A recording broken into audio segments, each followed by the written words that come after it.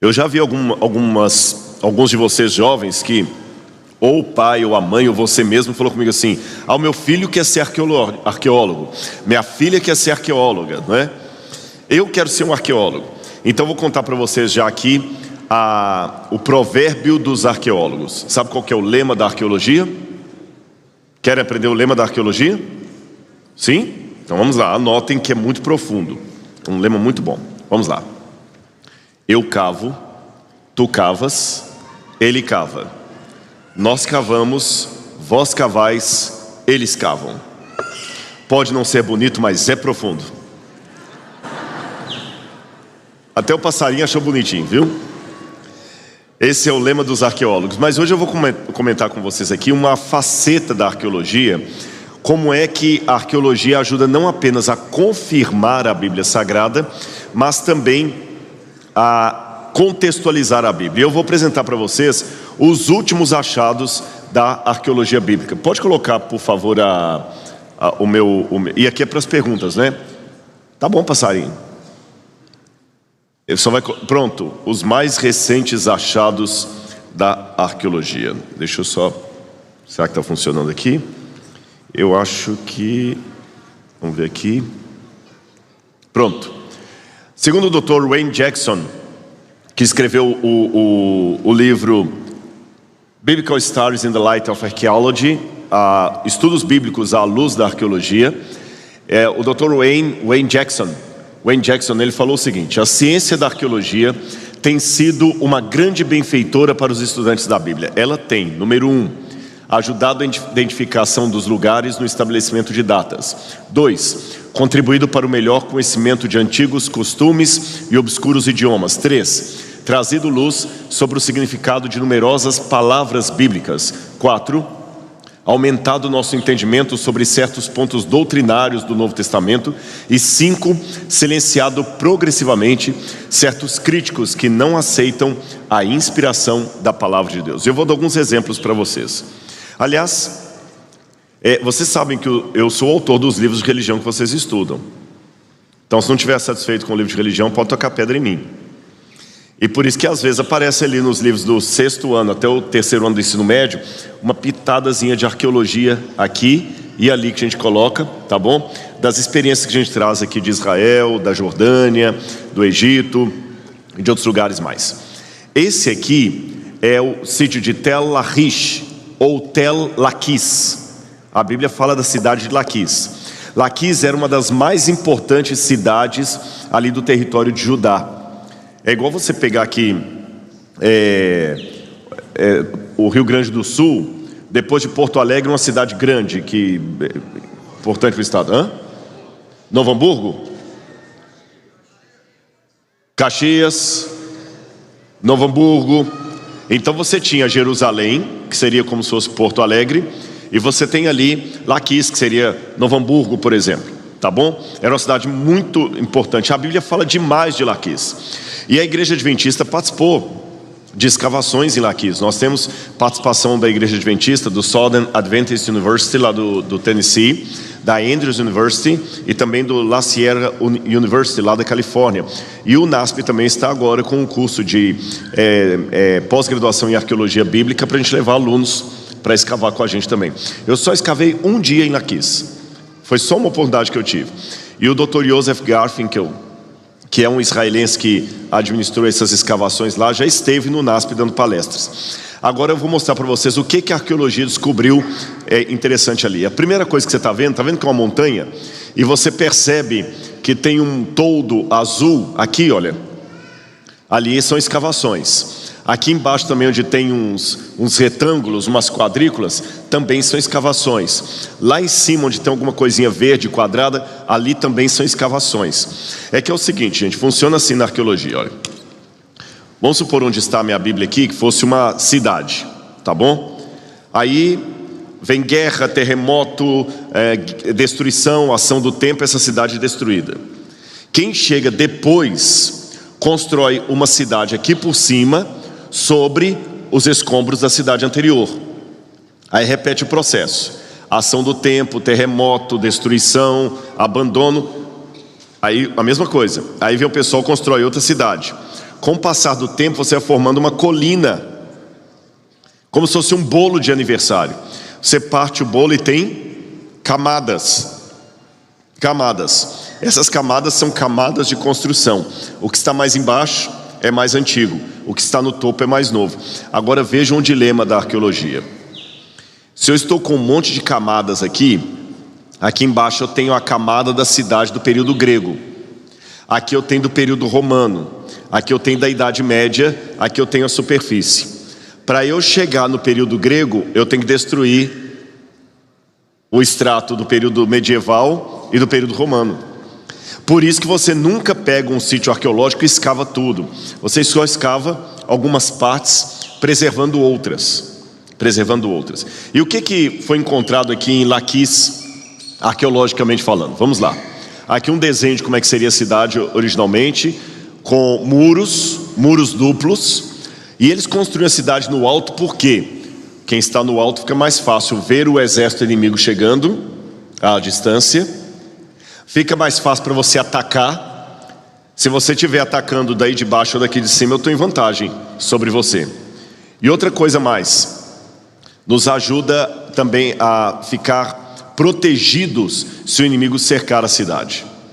Aí o pessoal encontrou agora recentemente, em 2019, 2018, encontraram um muro que é mencionado na Bíblia e que achavam que não existia. Vamos a ler 2 Crônicas, capítulo 11, verso 9. 2 Crônicas, capítulo 11, verso 9. Eu vou ler o verso 5 primeiro, depois o verso 9. O verso 5 diz assim: Roboão, para quem não se lembra, era filho de Salomão, rei de Jerusalém. Roboão morou em Jerusalém e, para defesa, fortificou várias cidades de Judá, construiu muros. Aí fala o nome das cidades, a saber, Belém, Etã, Tecoa, Maressa, Zif, Adorim, Laquis. Então a Bíblia fala que o rei construiu um muro em Laquis. Aí os críticos da Bíblia falavam o seguinte: mentira, porque Laquis nem tinha esses muros. Aí agora, há 2 anos e meio atrás, descobriram esse muro e fizeram a datação, e ele é de 920 a.C., a época de Roboão. Esse foi o muro que Roboão descobriu. Agora tem uma coisa mais curiosa que foi descoberta uns 6 meses antes disso. Ali você tem a entrada da cidade. Vou mostrar para vocês algumas coisas de técnica militar de proteção. Vocês estão vendo uma rampa branca, como se fosse para cadeirante? Estão vendo uma rampa branca lá em cima? Ali, no passado, no tempo bíblico, era a estrada. A estrada vinha nesse sentido. E na hora de entrar para a cidade, você virava para a direita. Aí aqui tinha os muros da cidade. Estão vendo? O muro com a porta. Por que você acha que você entrava na cidade fazendo um L? O que vocês deduzem? Por que era em forma de L para entrar na cidade? Por que eles não fazem a porta igual a porta da igreja aqui, olha? Você entra direto assim. Por que é em forma de L? Porque se um exército vier atacar, se você deixar a porta aberta, de frente ele rebenta. Se for em L, você tem como encurralar o exército. Agora olha outra coisa curiosa. Quando você entra na cidade, a primeira coisa que você tem são 6 câmaras, uma de cada lado. Olha lá. Quando você entra, você tem 1, 2, 3 do lado de cá, 1, 2, 3 do outro lado. Então você entra em forma de L e tem uma câmera aqui, outra aqui, outra aqui, outra aqui, outra ali, outra ali. Sabe o que é isso? Tinha 2 funções essas câmeras. Primeiro delas, cobrar impostos. Cobrar impostos. Eu não sei quantos de vocês já viajaram para o exterior, mas todas as vezes que você chega num país, depois de passar pelo controle de passaporte, o primeiro lugar que você vai pegar a bagagem, passa o controle de passaporte, pega a bagagem, passa pelo duty free, e aí o primeiro lugar que você tem é qual? Receita Federal. Aí vem aquele desespero que você trouxe o computador ali, vai ter que declarar, vai ter que declarar o que você trouxe. Se você trouxe 2 iPhones, vai ter que declarar 1. é a Receita Federal para cobrar impostos. Nas cidades também era assim. Você vai entrar na cidade, você tem que pagar imposto do produto que você está colocando dentro da cidade, para dormir ali. Então era o controle de impostos. Mas tem mais outra coisa também. Nesse portão da cidade, eu vou até mostrar uma foto para vocês aqui, olha, o sujeito sentado, era também o tribunal. Tem algum aluno ou aluna aqui que quer fazer direito? Tem vários aí? Então vou dar minha primeira aula de direito para vocês. Eu não sou advogado, mas já dei aula na faculdade de direito, de filosofia, mas dei. Primeira aula para vocês de direito. Você sabe que um julgamento, para ele poder ser válido, um julgamento sério, pode anotar isso para você saber na hora lá e até esnobar com o professor, viu? Que você já tem esse conhecimento. Um julgamento, para ser válido e sério, ele tem que ter publicidade. O que é publicidade? Ele tem que ser público, para mostrar que não foi nada feito errado, de maneira injusta. Agora, se ele tem que ter publicidade, o julgamento era feito na porta da cidade, porque ali todo mundo passava. Então, naquele tempo, se alguém tinha uma demanda judicial contra o outro, os anciãos iam até a porta da cidade, numa daquelas câmaras, sentavam nesses bancos onde o ajudante de escavação está sentado aí, e ali eles julgavam a causa. Vamos ver se vocês são bons de Bíblia. Qual foi um caso na Bíblia que tinha um rapaz que queria casar com uma moça, e para ser o parente resgatador dela, aí eles levaram todo mundo até a porta da cidade?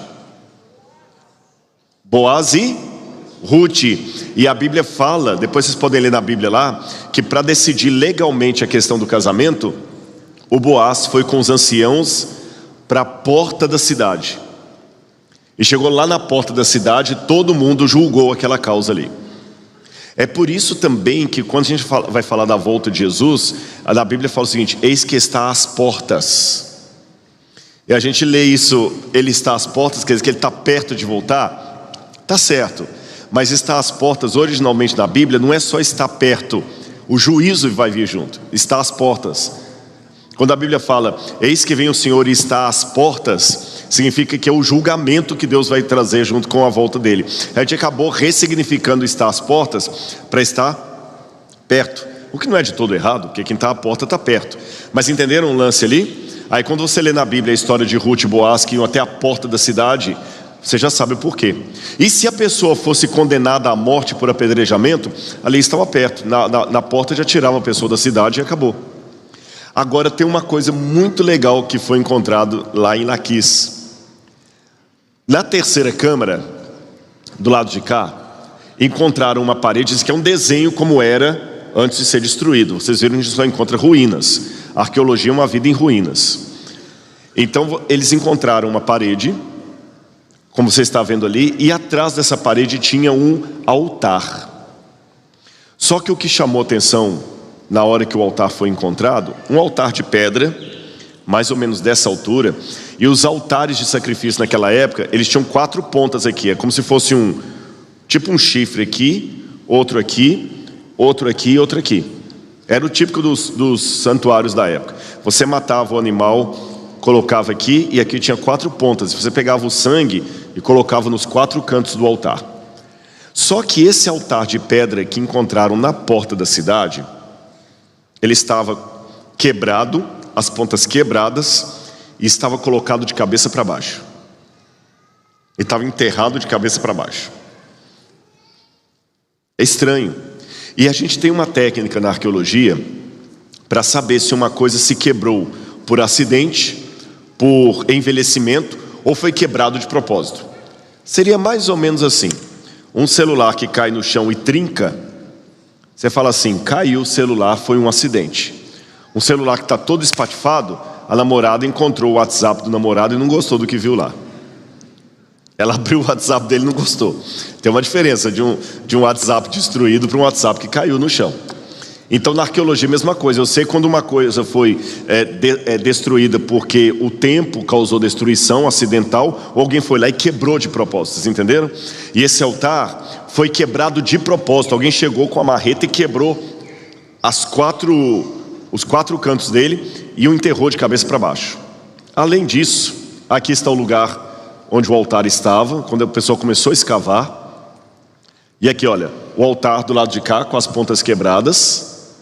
E o que mais chamou atenção é que em cima do altar tinha aquela pedra ali, ó. O que será que é aquela pedra? O que vocês acham? Imagina, o altar com as pontas quebradas, alguém pegou uma marreta mesmo, quebrou aqui, quebrou aqui, quebrou aqui, quebrou aqui, enterrou de cabeça para baixo e colocou aquela pedra em cima. Não tem ideia do que é, não?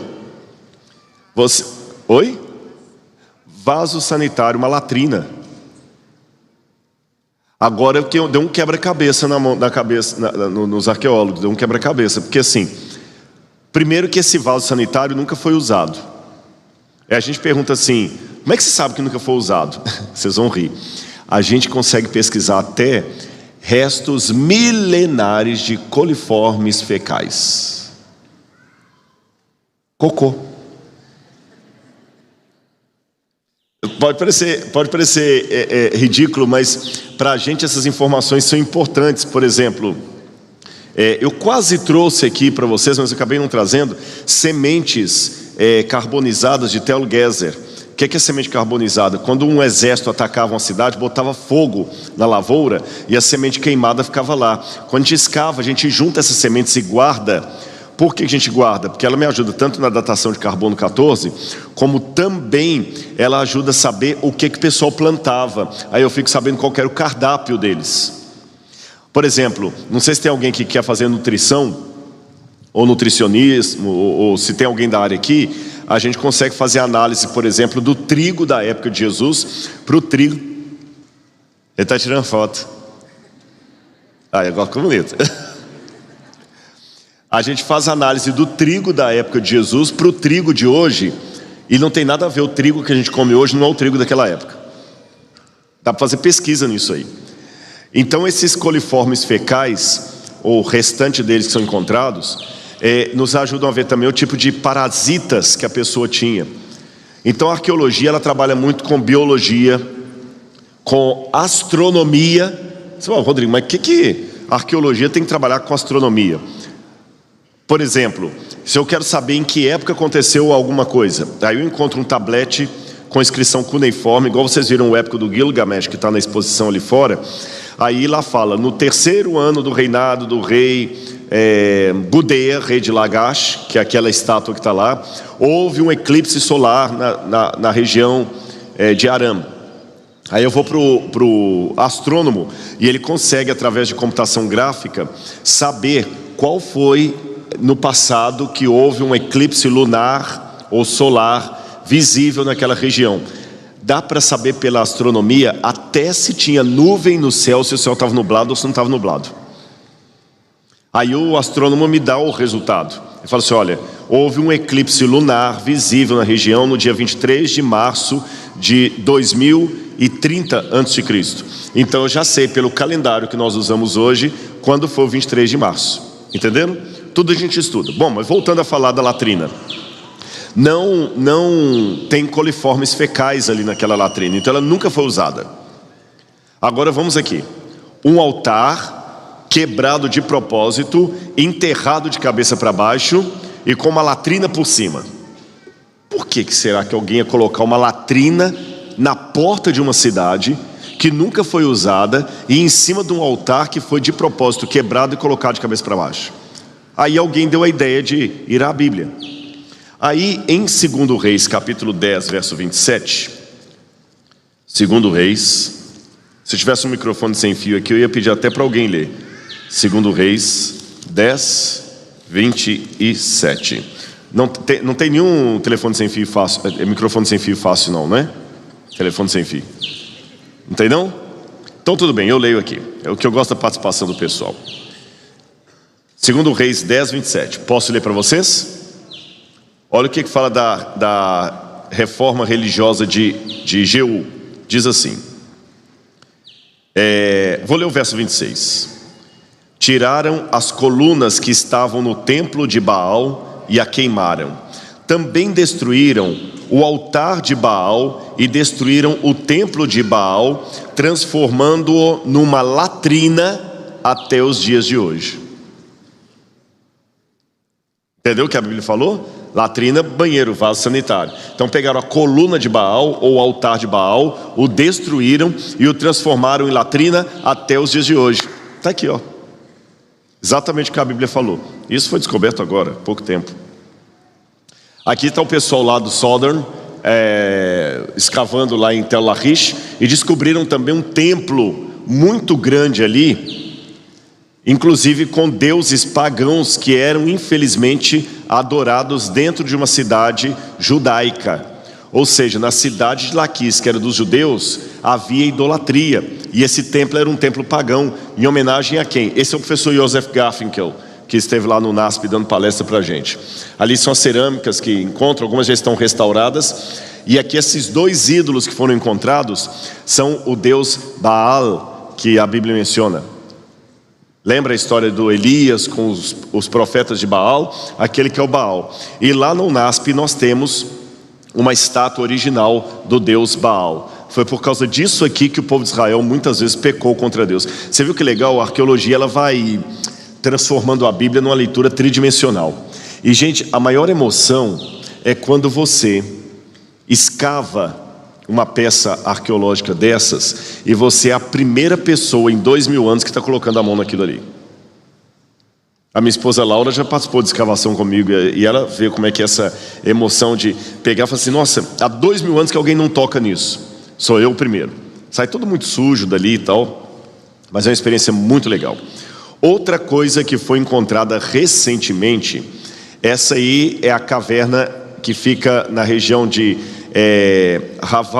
Never Haval. Never Haval é um parque ecológico de Israel, e essa caverna de Hevel Naval é a Gruta do Horror. Por que ela é chamada de Gruta do Horror? Gente, a história é muito triste. Em 132 depois de Cristo, de 132 a 135 depois de Cristo, teve um imperador em Roma chamado Adriano. E o Adriano tinha um ódio dos judeus muito grande. E os judeus sempre faziam revoluções contra Roma. E havia um líder, assim, bem revolucionário judeu, chamado Bar Kokhba. Bar Kokhba. Até alguns judeus pensavam que ele seria o Messias. O Bar Kokhba, eu até esqueci de colocar, eu ia colocar uma moeda de Bar Kokhba lá na exibição e eu acabei esquecendo de pô-la, mas não tem problema, numa outra oportunidade vocês podem ver ou visitar lá no NASP. O Bar Kokhba, ele chegou a fazer moedas para ele, e de um lado da moeda ele colocava o templo de Jerusalém reconstruído. Eu tenho uma moeda de Bar Kokhba lá no Museu do NASP, essa moeda vale $15 mil. Dá para comprar um carro, né? Uma moeda vale $15 mil. Foi muito difícil conseguir essa moeda. E ela tem de um lado, a que eu trouxe, a que eu ia trazer não era dessa. O templo, que ele queria reconstruir o templo de Jerusalém. E ele pegava espada e conclamava os judeus a lutarem contra Roma. Aí o imperador Adriano ficou muito chateado da vida, falou, eu vou lá pegar esse cara. Veio com um exército, arrasou com os judeus. Jerusalém estava começando a ser reconstruída depois do ano 70 ali dos romanos. O Adriano foi e rebentou com todo mundo. E não ficou só nisso não. O Adriano pegou todo o próprio Bar Kokhba e todos os guerrilheiros que estavam com ele, levou para Roma, para Via Ápia, e crucificou todo mundo à beira da estrada, de fora a fora, e à noite botou fogo nos corpos. Então ficou igual poste à noite, com eles queimando lá a noite todinha. Coisa mais horrível. E o Adriano, além de expulsar o resto dos judeus que estavam na Judeia, mudou o nome da região. Em hebraico, a letra P e a letra F é a mesma letra em hebraico. A única diferença é se você colocar um pontinho dentro dela ou tirar o pontinho. Chama-se dagesh, esse pontinho. Então, se você colocar o pontinho, ele vira P. Você tira o pontinho, vira F. Aliás, não precisa ir muito longe. Vocês sabem que há muitas línguas, elas vêm de um mesmo tronco linguístico. Mesmo em português, farmácia hoje escreve com P, com F, mas no passado era com PH. Por isso que algumas coisas antigas eram com PH. Em inglês, tem muitas coisas que tem som de F e é o PH que fala. Por que isso? Justamente porque o P, nas línguas semíticas, nas línguas mais antigas, e o F era a mesma letra. Então o Adriano pegou, tirou o pessoal e mudou o nome da terra. De terra dos judeus, terra de Judá, para Filistina. Terra dos filisteus. Só que lembra que eu falei que o P e o F é o mesmo? Filistina, com o passar do tempo, começou a ser pronunciada como Palestina. Aí que veio o nome Palestina, que nunca foi um país. Foi Adriano, em 135 depois de Cristo, que criou a Palestina e ficou até 1948, quando foi criado o Estado de Israel. E agora tem essa briga, criar o Estado da Palestina e Israel ali. Aí vocês podem estudar com o professor de história aí, história moderna, isso. Mas nessa época que o Adriano estava fazendo a revolução dele, alguns dos rebelados ficaram dentro dessa caverna. Se você olhar, só dá para descer de rapel. Estão vendo essa faixa azul que está ali? Ali é uma lona que o pessoal colocou para descer a corda do rapel. Então você só desce de rapel. Só desce de rapel. E por que chama Gruta do Horror ou Caverna do Horror? Porque quando os seguidores de Bar Corba estavam ali dentro, os romanos desceram numa gaiolazinha. Desceram numa gaiola. E ali, quando eles desceram e viram os amotinados lá dentro, eles pegaram e começaram a botar fogo. Amontoaram um monte de coisa e começaram a botar fogo. Aí imagina, você dentro da caverna, o fogo pegando, você morre sufocado, queimado ou pela queda, porque muitos pularam. Muita gente morreu ali. Muita gente morreu ali. E olha que coisa curiosa que aconteceu. Quando foi agora em 2021, foi esse ano, quando teve a segunda onda, lembra da segunda onda que assustou muita gente, aquela coisa toda, todo mundo ficou apavorado com a segunda onda? Muitas pessoas ficaram angustiadas quando sabiam que a pandemia ia durar mais tempo. Que a princípio a gente pensou que ia ser só 2020, ia acabar. Quando falou, vai ter uma segunda onda, ela vai ser pior, vai ter que estender auxílio do governo, as aulas não vão poder voltar, vocês tinham que ficar fazendo aula online, aquela coisa, aquele sufoco para as escolas, para todo mundo. O mundo estava angustiado. Agora eu vou colocar uma nota de rodapé no que eu vou falar aqui. Gente, deixa eu falar uma coisa muito séria com vocês. Eu fiz um vídeo esses dias chamado Pobre Juventude Rica.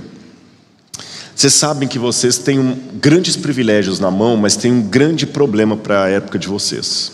Eu vou explicar qual é. Daqui a pouco eu vou voltar para aquilo ali, mas eu quero contar uma parábola para vocês. E quero falar para vocês pensarem um pouquinho a época em que vocês foram criados. Quantos aqui conhecem aquele Chaves, o Chaves? Isso, Chespirito. Muito bem. Vocês já perceberam que a realidade do Chaves não é a realidade de praticamente nenhum de vocês aqui? Eu sei que tem muitos jovens que passam fome no Brasil e tudo mais, mas assim, falando grosso modo, para vocês que estão aqui, vocês não têm aquela realidade do Chaves que foi feito nos anos 70, porque era mais comum ter meninos como Chaves do que hoje. Então você lembra quando ele pegava o sanduíche de Dona Florinda? Os churros de Dona Florinda são tão gostosos. E ele comia. Você não consegue se imaginar hoje ficando assim quase babando pelos churros de alguém. Não. Você não precisa passar o aperto que o Chaves passou. Quando eu era criança, a gente aprendia que não podia comer nada na rua porque uma criança podia ver e ficar com fome e com vontade de comer. Hoje uma criança pode estar comendo um chocolate aqui na igreja e a outra olhando e... Sabe por quê? Porque a época de vocês tem muito mais facilidade. Se você conversar, talvez o pai de vocês não, mas o avô de vocês, ele ia para a escola com um caderno feito de folha de padaria. Vai conversar com o avô de vocês para vocês verem. Vai falar assim, não, a gente ia só com um tênis o ano inteiro, ou de chinelo de dedo, porque não tinha condição. É uma realidade que vocês nem conheceram. Vocês já têm celular, vocês já têm um monte de coisas. Vocês não precisam mais ficar desesperados. Quando a mãe comprava uma caixa de chocolate, era no Natal, e colocava em cima do guarda-roupa, e você podia comer só um chocolate depois do almoço, e a mãe que dava, e depois guardava ela de novo. Vocês não sabem o que é isso. A hora que você quiser, a menos que você esteja em regime, ou a mãe mais séria por causa de questão de alimentação, e mesmo que for assim, você se sente um ET, porque com seus colegas não é assim. Tem o cartão, a hora que você quer vai na cantina, compra, come. Então, isso não é errado, não é ruim. Tudo bem, que ótimo, que vocês têm muito mais condições do que a gente tinha no passado. Só que tem um problema. E aí eu quero alertar vocês. Eu fico muito preocupado com a geração de vocês pelo seguinte: alguém ensinou para muitos pais de vocês que é proibido proibir. E às vezes, muitos pais de vocês, e principalmente crianças pequenas, às vezes dá tanto trabalho que é melhor dar para você ficar tranquilo que você quer, do que você ficar com raiva. E muitos de vocês cresceram sem receber nãos. Quando vem para o colégio interno, é um desespero, esse negócio de hora para acordar. Na minha casa não tinha isso. Aí sabe o que acontece? Um pouco de não é bom. Não reclamem dos nãos que você recebe, não. Sabe por quê?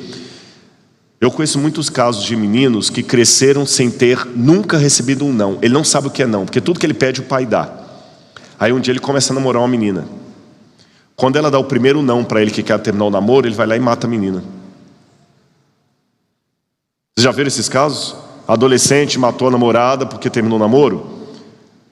Muitos desses casos é um menino que foi criado tanto mimado, nunca aprendeu a dizer o não, que o dia que você dá um não para ele, ele vai te matar. Porque ele não sabe receber o não. Muitas de vocês, às vezes, crescem sem saber como cuidar de uma casa. Porque parece que agora você não precisa mais aprender a cozinhar, lavar, passar. Os meninos também não precisam aprender a cozinhar, não precisam aprender nada disso. Aí tem um grande problema, que quando vocês forem adultos, o mundo vai exigir coisas de vocês. Aí, eu vou contar uma parábola para vocês. Tinha uma árvore, tinha um monte de árvores assim, muito bonitas e frondosas, e um passarinho foi e comeu um fruto de uma árvore. Daqui a pouquinho vocês vão ver o que tem isso a ver com a escavação arqueológica. E o bico do passarinho ficou sujo de sementes. Aí ele voou, algumas sementes caíram perto das árvores mãe. Outra semente caiu lá no meio do nada. Aquela semente que caiu no meio do nada começou a germinar e crescer. A que caiu perto das outras árvores também. Só que a semente que caiu lá no meio do nada, ela tinha que ficar esticando a raiz dela ao máximo para conseguir um pouquinho de veio d'água lá embaixo, porque era difícil. Esticava até conseguir um pouquinho d'água. A daqui não. Tinha um monte de outras árvores protegendo, e o lençol freático era bom, ela só colocou o pezinho ali, já tinha água. A que cresceu lá no meio do deserto, vinha um vendaval, derrubava, ela tinha que crescer de novo torta. Via um menino e quebrava, ela tinha que crescer. A daqui não, tinha um monte de árvores. A de lá ficava meio assim, com dificuldades, porque não tinha ninguém cuidando dela. A daqui tinha um jardineiro que vinha, podava as árvores na época certa e podava aquela também. A de lá enfrentava a ventania, a daqui o vento a protegia. Ela era protegida do vento por causa das outras árvores. E as duas irmãs foram crescendo.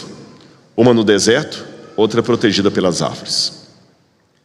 Aí um dia veio um lenhador e, por ironia da vida, cortou todas as árvores daquele pomar, menos aquela árvore caçula.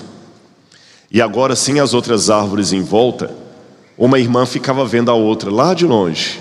A daqui toda frondosa, bonita, e a outra de lá do deserto toda torta e machucada, cheia de cicatriz, e as duas irmãs se olhando. Aí, pessoal, armou um temporal. Uma chuva daquela que você imagina, com raios, vento, trovoada. Para aquela árvore que estava lá no meio do deserto, acostumada à pancada, foi mais uma. E para a árvore que estava aqui no meio das outras, derrubou no chão e ela morreu na hora.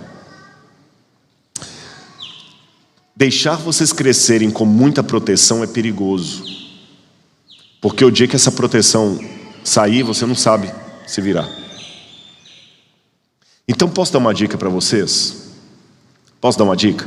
Se vocês têm o privilégio de estarem aqui estudando e tudo mais, comecem já a treinar. Você não precisa ir para o deserto, mas comece a treinar já agora algumas coisas. Por exemplo, nas férias, dicas, não é que você tem que fazer isso. Nas férias, procure umas férias ter a experiência da colportagem. Eu não preciso, meu pai paga minha mensalidade. Mas não tem problema não, você vai falar assim: pai, eu consegui vender pelo menos o suficiente para pagar uma conta da internet de casa. Vai ajudar. Seu pai não vai fazer diferença para o dinheiro dele você pagar a conta da internet da sua casa. Não vai fazer diferença financeiramente. Mas para você vai fazer. Você está se tornando mulher de verdade, homem de verdade. E não um adulto brincando depois com brinquedos mais caros e machucados mais profundos. Vocês querem revolucionar o mundo? Vamos começar arrumando o quarto. Tá bom? Sabe por quê? Aproveita esses privilégios que vocês têm, que muitos de nós não tivemos. Mas se você não tiver estrutura emocional, o presente que seu pai te dá pode ser a sua desgraça. O carro que ele te dá pode ser um instrumento de morte, porque você vai fazer racha com o carro depois e vai tirar a sua vida e a vida de mais alguém. Aproveite isso. E Deus faz com a humanidade o que eu estou sugerindo vocês terem um pouquinho aqui. Deus às vezes permite algumas pancadas para a humanidade acordar. E eu estou convicto que Deus permitiu a vinda desse vírus maldito para nos fazer acordar. E você pode falar assim: poxa, eu não falo isso não. Se foi Deus que permitiu, então eu odeio Deus, porque a minha tia morreu por causa desse vírus, a minha avó morreu por causa disso, o meu tio morreu, meu pai morreu, eu peguei isso aqui, fiquei doente, então eu odeio esse Deus. Realmente, você pode pensar assim: puxa, se Deus é amor, por que Ele deixou vir isso para nos machucar? Eu vou responder a isso com outra pergunta. Se Deus não é amor, por que Ele mesmo sofreu a dor do pecado na cruz do Calvário, para que você pudesse estar aqui hoje me assistindo e tendo a esperança da vida eterna? Não foi justo a sua avó morrer de Covid, mas também não foi justo morrer Jesus na cruz do Calvário. Então é justamente para que a sua avó que morreu de Covid possa ressuscitar no último dia e você reencontrar a sua avó, é que Jesus enfrentou muito mais do que um Covid quando Ele morreu no seu lugar. Entenderam isso? Porque você sabe, outra coisa para os futuros advogados: o Brasil não tem pena de morte e nunca terá, porque é cláusula pétrea. A menos que a gente pegue a Constituição, rasgue, jogue no lixo e faça uma nova. Mas pela Constituição atual, não tem como ter pena de morte no Brasil. É cláusula pétrea. Cláusula pétrea, firme, não muda. Só que, a despeito disso, todo mundo aqui nasceu condenado à morte. Porque é a única estatística que não tem erro. 100% dos que nascem, morrem. Mas para que isto não seja uma coisa permanente, Ele morreu na cruz do Calvário. Só que às vezes a gente esquece da vida. Aí Deus permite um certo susto para a gente poder acordar um pouquinho para a vida. Aconteceu isso comigo muitas vezes. E na época do Covid, Deus permitiu isso. Vocês estão brincando demais? Eu vou dar um susto em vocês. Muita gente viu o que era. Muita gente passou a valorizar mais a vida, passou a valorizar mais as coisas. Você viu como é ruim. E quem conhece a profecia viu que, como diz Apocalipse 13, o mundo inteiro pode parar por um decreto. Que muita gente achava: como é que vai ser isso? A resposta está aí, ó. O iraniano está usando máscara, o japonês está usando máscara, o indiano está usando máscara, o americano está usando máscara, o argentino, o brasileiro, todo mundo. Quem torce para o Colorado e para o Grêmio está usando máscara do mesmo jeito. Independente se você é de um partido ou outro, todo mundo está usando. O mundo parou. E na época que houve esse alarme que o mundo ia parar, os arqueólogos voltaram a explorar esta gruta aqui de Nevel Haval. Não estava podendo escavar em Israel, os israelenses foram para cá. Desceram de rapel. Está vendo o pessoal descendo? E lá na caverna começaram a peneirar a caverna. E eles descobriram lá algumas coisas interessantes que eu vou mostrar para vocês aqui. Fragmentos de textos bíblicos datados de 100 anos depois de Cristo. E o que mais me chamou a atenção nos fragmentos bíblicos que eles encontraram foram cópias do Antigo Testamento escritas em grego. Mas olha a reverência. E quem tinha esses manuscritos? Aquele povo que estava escondido ali dos romanos, do Bar Córcega. Porque é lógico, imagina um paredão de pedras ali, você está protegido. E eles tinham esses textos, eles leram esses textos. E olha como é que eles copiaram o texto. Está vendo ali onde é que está aquela, como se fosse um objeto de ferro ali, fugiu parecendo uma caneta de ferro ali, daquelas canetas, uma ponta, né, uma pontadeira ali. Ali você tem um escrito em grego em cima. Pastor Tiago foi meu aluno, vou lembrar das aulas de grego aí, né? E embaixo não está escrito em grego, está escrito em letras paleohebraicas. Sabe o que está escrito na linha de baixo?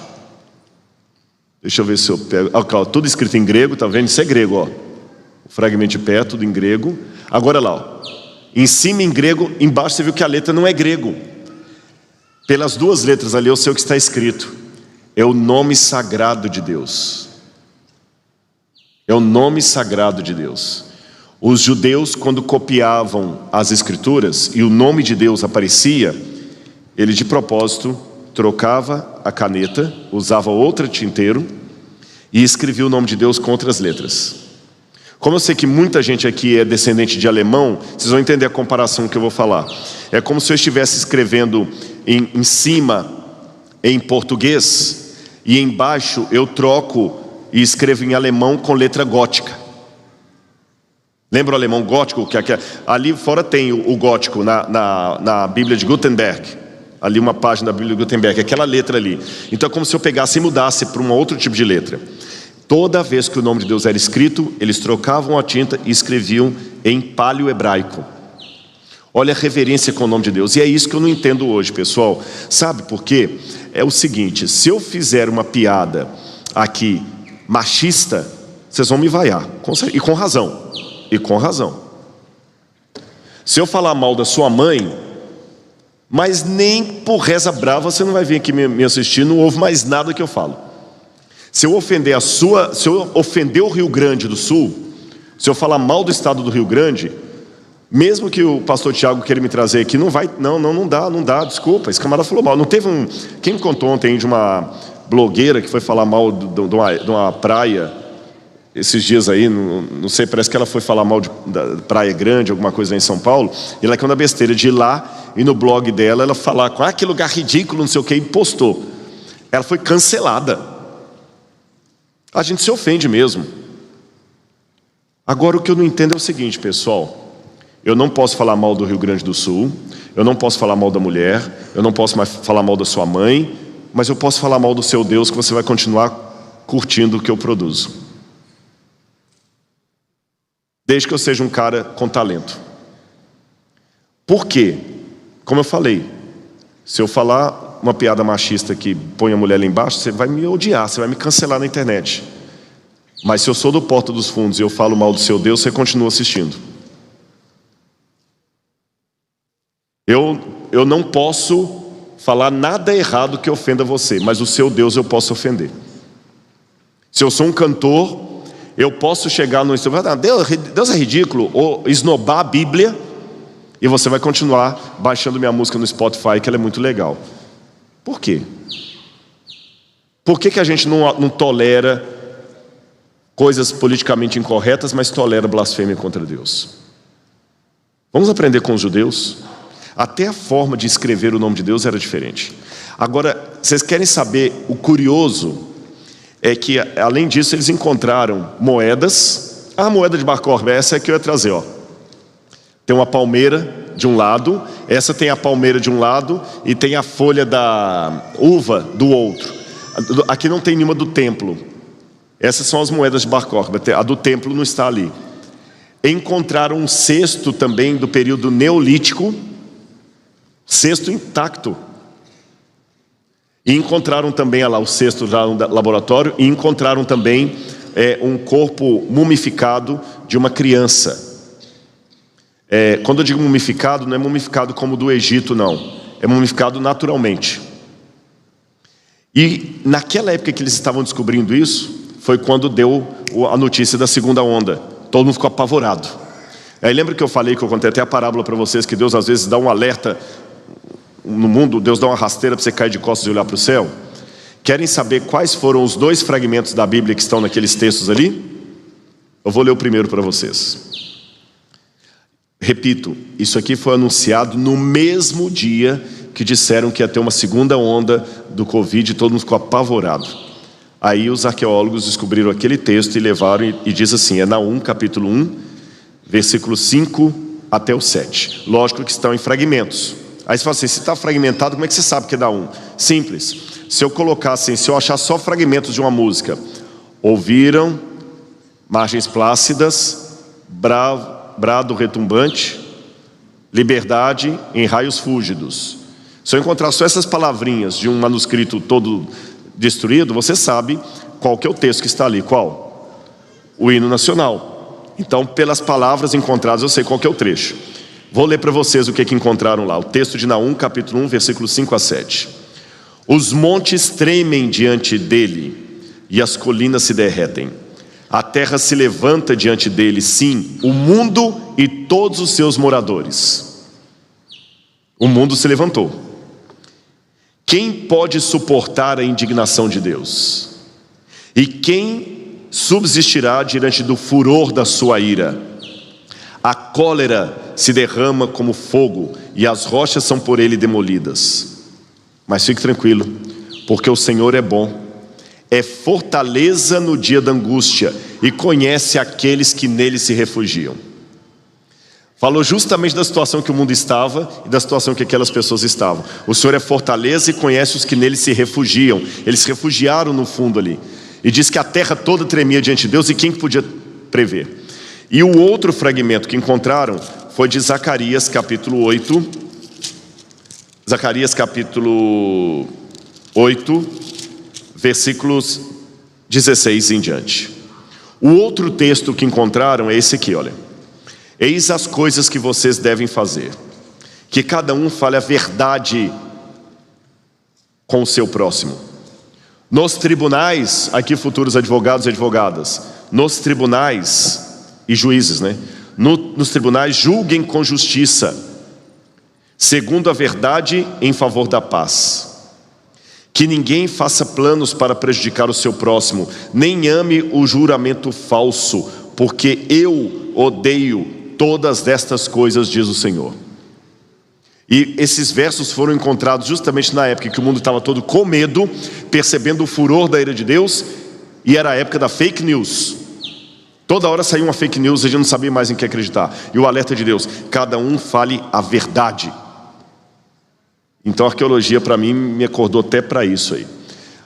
Vou terminar aqui a minha parte contando para vocês agora olha como é que às vezes a mídia distorce as coisas. Templo de 3.000 anos descoberto em Israel põe em xeque textos da Bíblia.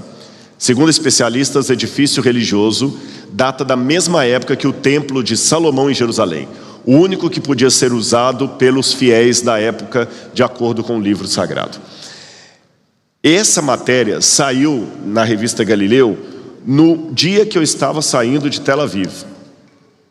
Eu fiquei tão indignado, a Laura estava lá, que eu saí do hotel e filmei ali em Tel Aviv, na hora, uma resposta para a revista Galileu e outros que estavam colocando isso aí. Primeiro, pela mentira. Não tem nada que o templo desmentia a versão da Bíblia.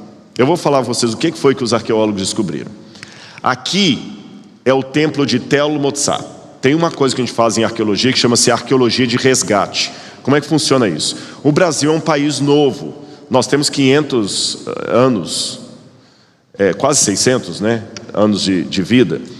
E na nossa cultura, o máximo que pode acontecer se alguém fizer uma reforma aqui no IACS e for abrir um buraco, é encontrar, se for o caso, uma urna funerária indígena, se houve índios na região. Ou, quem sabe, perto de uma fazenda você pode encontrar uma senzala, ou alguma coisa assim, um moinho antigo, mas não muito mais do que isso. Ou um fóssil, ali em Santa Catarina tem mais, alguma coisa assim. Tanto é que aqui no Brasil eu tenho que assinar algumas, dependendo do local, uma autorização pelo IFAM para deixar o pessoal fazer a obra ali. Mas em Israel não. Você escavou aqui e encontrou uma fortaleza romana.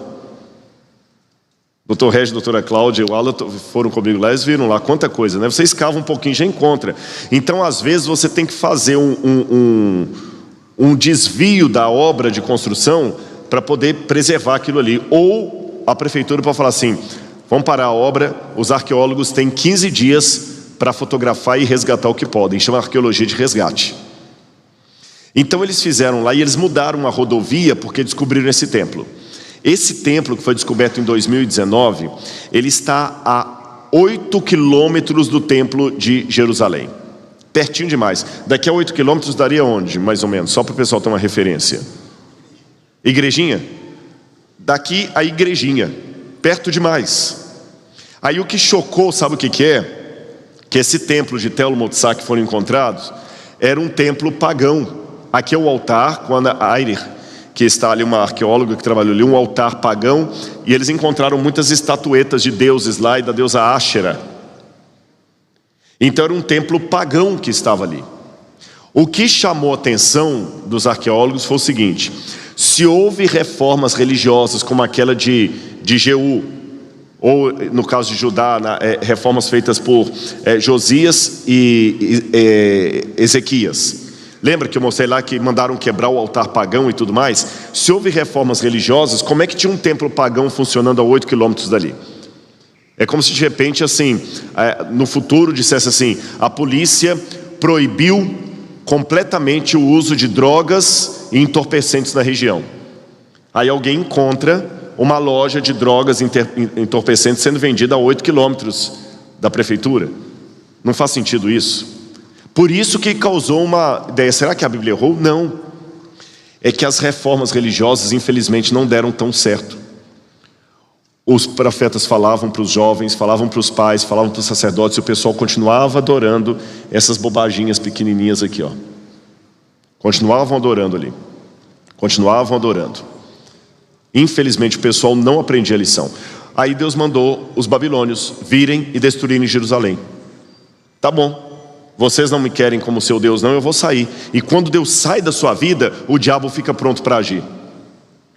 E quando Nabucodonosor veio e destruiu Jerusalém, ele não destruiu o templo de Tel Motsá. Ficou intacto ali, bonitinho. Bonitinho. Então a gente tem essa confirmação da arqueologia que mostra por que os profetas anunciavam tanto contra a idolatria que tinha em Israel. Agora a pergunta que eu faço é o seguinte: é fácil ver isso no passado e hoje? Deixa eu terminar aqui com uma última escavação. Aqui é a esplanada do templo em Jerusalém. Aquela cúpula dourada que vocês estão vendo ali é o Domo da Rocha. É o terceiro lugar mais sagrado dos muçulmanos. É Meca, Medina e o Domo da Rocha. Vocês veem na televisão, às vezes, briga assim, de árabes com israelenses por aquele lugar e tudo mais. Ali hoje está no controle dos árabes que moram em Jerusalém. Então, para você entrar lá, eu não posso entrar lá com Bíblia, não pode entrar com um crucifixo aqui, eles tomam, porque ele é um lugar sagrado dos muçulmanos. Lá tem a cúpula dourada, que foi construída em 692 depois de Cristo. Está lá até hoje. E aqui no cantinho tem uma outra cúpula preta aqui, que é a mesquita de Al-Aqsa.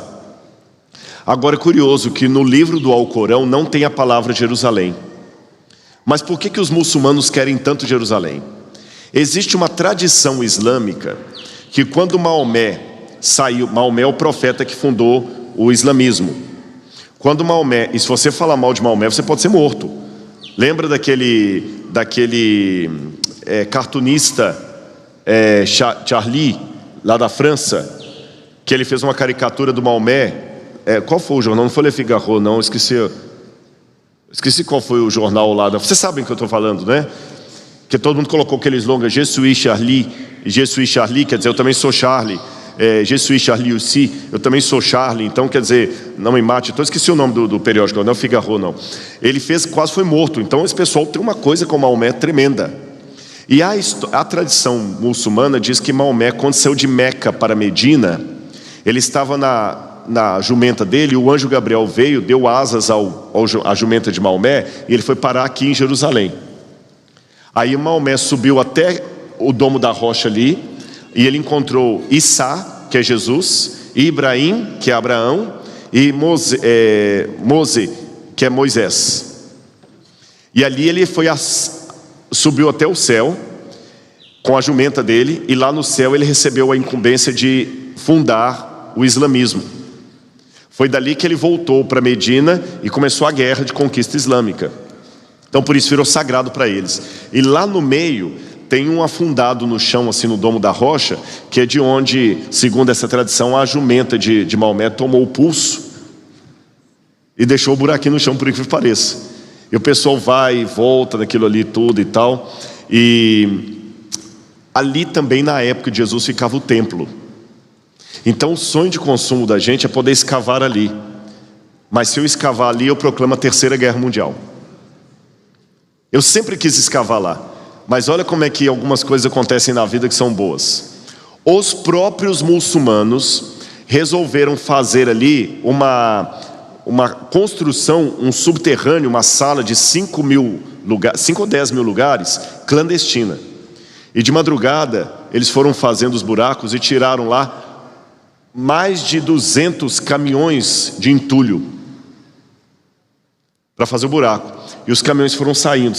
E os caminhões saíam, às vezes até de madrugada, e jogavam um entulho lá perto do Montes Copos, da Universidade Hebraica, onde eu fiz meu curso de arqueologia.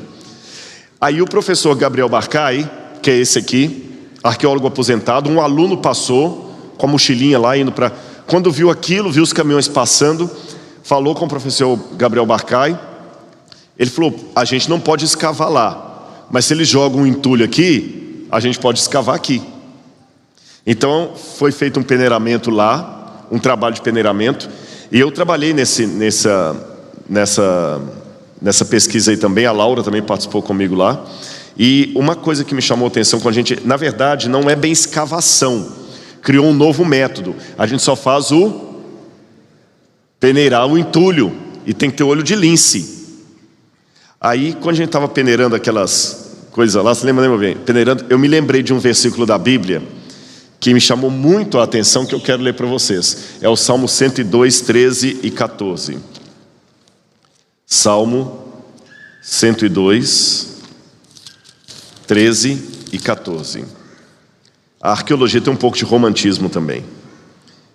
Tu te levantas e terás piedade de Sião. Sião é o monte onde fica Jerusalém. É tempo de te compadecerdes dela, e já chegou a sua hora, porque os teus servos amam até as pedras de Sião e se compadecem do seu pó. Eu sei que é meio romântico, mas quem é servo de Deus ama até as pedras de Sião e se compadece até do seu pó. Ali a gente está com um grupo de alunos do Moriah College, que a gente levou para dar curso lá. E aqui eu estou explicando as coisas lá e tudo, explicando como é que era o processo para os alunos. E quem sabe nós não temos aqui no IACS futuros alunos também na nossa pós-graduação em arqueologia do Oriente Médio lá do NASF, podem escavar com a gente lá. Amém? Alunos e alunas, viu? É muito bom escavar lá. Gente, eu teria outras coisas para falar para vocês, mas eu acho que já deu para vocês terem uma noção mais ou menos como é que é o trabalho da gente com a arqueologia. E eu termino a minha fala aqui em 5 minutinhos, apenas dizendo assim: eu faço isso com muito carinho, para honra e glória de Deus acima de tudo, porque eu gosto, mas também por causa de vocês. Porque, lembra que eu falei dos medos que eu tenho em relação à juventude de vocês?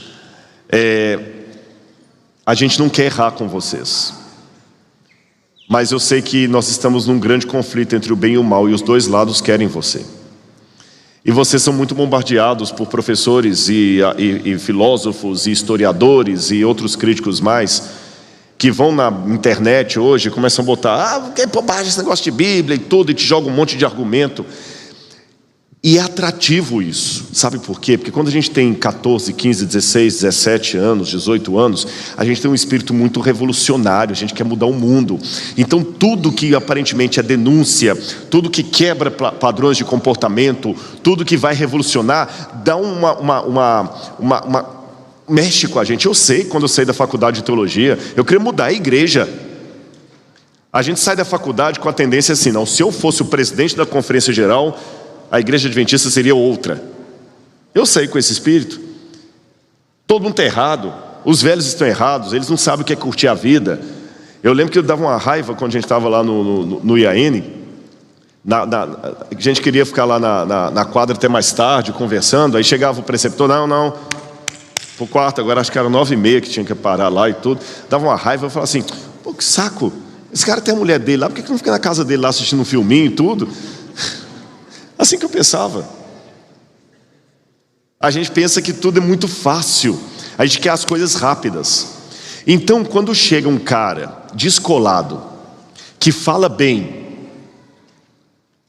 e quer te mostrar que tudo que te ensinaram está errado, é natural da sua idade gostar disso. Pois esse cara é da hora. Não te ensinaram na igreja esse tempo todo aí que Jesus é o Filho de Deus? Pois é, mas então me explica aqui. A Bíblia tem contradição.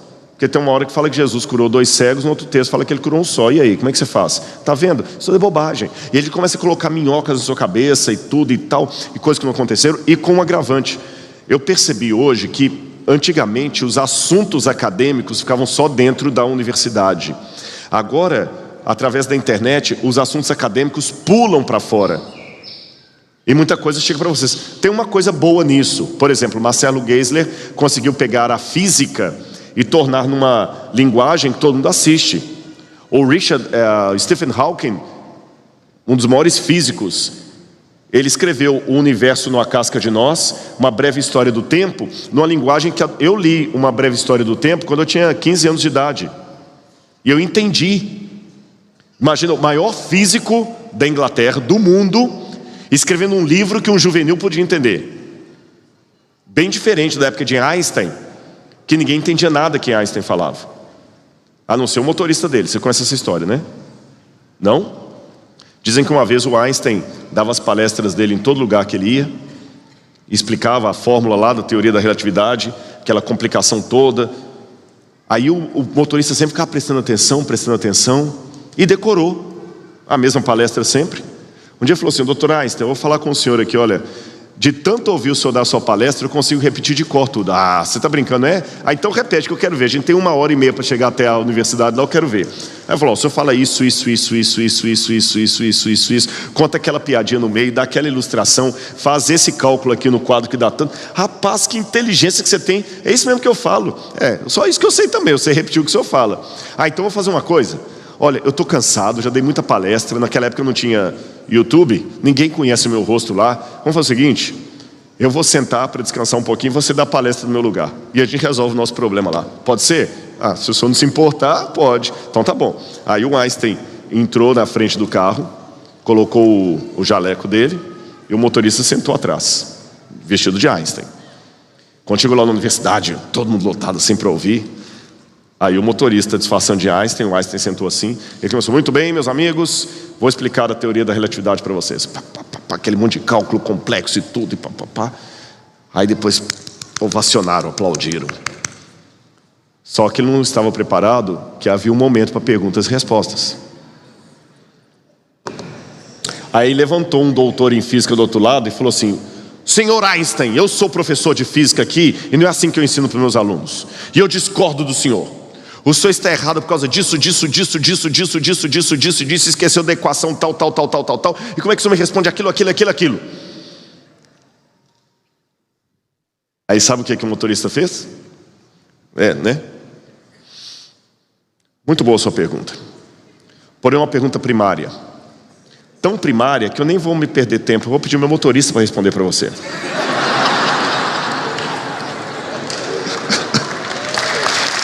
É desse jeito.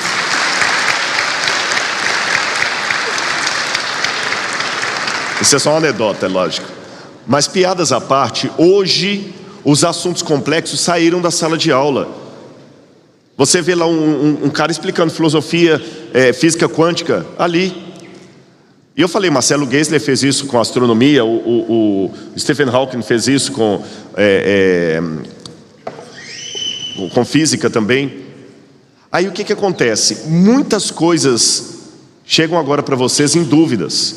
Por isso que eu procuro, através do programa Evidências, colocar isso para vocês. Eu estou preparando uma série agora sobre Daniel, que eu estou tratando de coisas que nunca foi tratado numa série convencional de Daniel na igreja. Quer um exemplo? Daniel começa assim: no 3º ano do reinado de Joaquim, rei de Judá, veio Nabucodonosor a Jerusalém e a sitiou e a tomou. Foi o 1º ano de Nabucodonosor.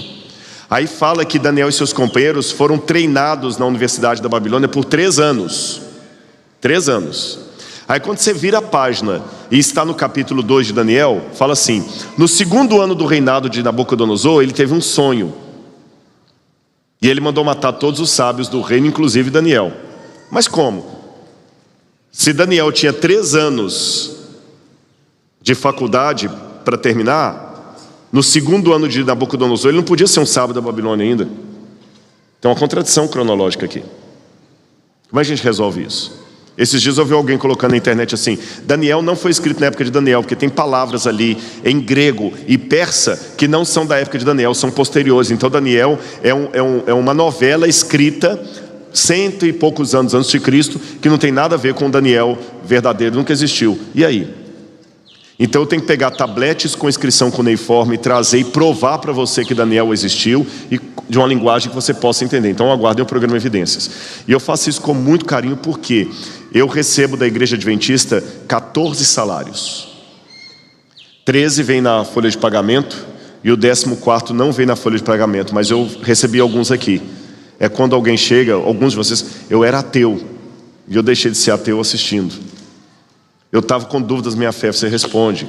Um me abraçou chorando que eu estava fora da igreja. Para a honra e glória de Jesus, eu agradeço esse 14º salário, porque o que eu mais quero, gente, do fundo do meu coração, é ver vocês no céu. Eu não sou seu pai, não sou sua mãe, mas deixa por um segundo eu ter um carinho paternal por vocês, de coração. Eu quero muito chegar no céu e falar: Senhor, eu estou aqui com os alunos que o Senhor me deu. Tá bom? Eu me desgasto para fazer o programa Evidências, para que você saiba que tem resposta para as dúvidas que você está tendo, intelectuais, emocionais e espirituais. E o meu desejo é que Jesus abençoe muito sua vida, porque eu quero ver você no céu.